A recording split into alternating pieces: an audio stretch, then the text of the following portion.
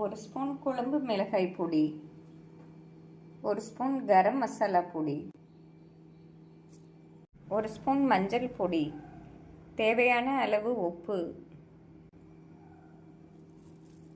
Friends, இவை அனைத்தையும் நன்றாக மிக்ஸ் செய்து ஒரு டம்ளர் தண்ணீர் ஊற்றி 4 விசில் வைத்து எடுத்து விடலாம். இந்த அளவு தண்ணீர் ஊற்றி 4 விசில் வைத்து எடுத்து விடலாம்.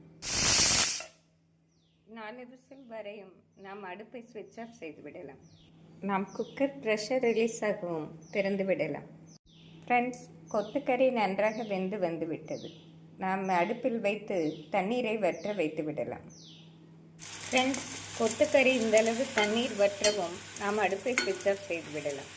இதை நன்றாக ஆற விட வேண்டும். ஃப்ரெண்ட்ஸ், கொத்துக்கறி நன்றாக ஆறிவிட்டது. இப்பொழுது மிக்ஸி ஜாரில் போட்டு அரைத்து விடலாம். கொத்துக்கறியை இப்படி நாம் நன்றாக மிக்சியில் அடித்து வேறு பாத்திரத்தில் மாற்றிவிடலாம். நாம் அரைத்த கொத்துக்கறியுடன் 2 ஸ்பூன் பொரிக்கடலை மாவு, 1 ஸ்பூன் கார்ன்ஃப்ளவர் மாவு, இதனுடன் 1/2 ஸ்பூன் அரிசி மாவு, நாம் இவை அனைத்தையும் நன்றாக மிக்ஸ் செய்து சிறு சிறு உருண்டைகளாக உருட்டி விடலாம். நாம் இப்படி சிறு சிறு உருண்டைகளாக உருட்டி எடுத்து இதை எண்ணெயில் பொரித்து விடலாம். நாம் எண்ணெய் நன்றாக காயவும் கோலா உருண்டையை போட்டு விடலாம். நாம் ஹை ஃப்ளேமில் வைத்தே போட வேண்டும்.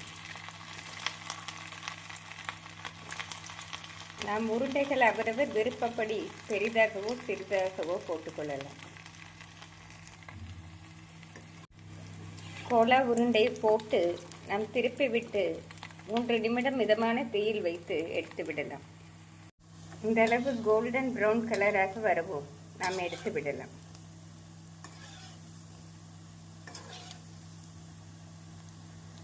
ஃப்ரெண்ட்ஸ், அனைவருக்கும் பிடித்த மட்டன் கோலா உருண்டை அருமையாக ரெடியாகிவிட்டது.